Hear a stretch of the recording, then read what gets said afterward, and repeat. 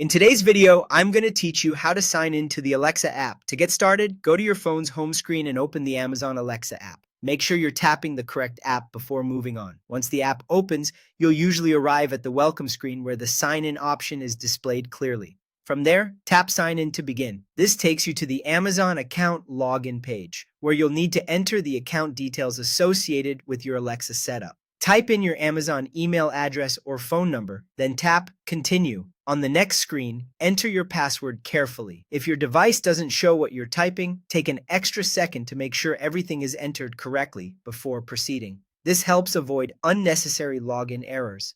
After entering your password, the app may ask you to complete a verification step. This doesn't always happen, but if it does, it's a normal security measure. Amazon may send a one-time verification code to your email address or phone number. Check the message you receive, enter the code into the app, and then tap Verify.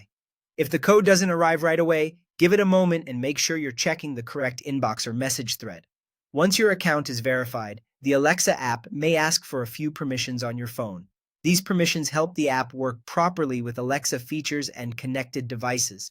If prompted, allow Bluetooth access so the app can discover and connect to compatible devices. Allow microphone access if you want to speak to Alexa through the app. You may also be asked about location access. This is optional, but it's recommended because it can improve certain features, such as local weather, location-based routines, and device setup.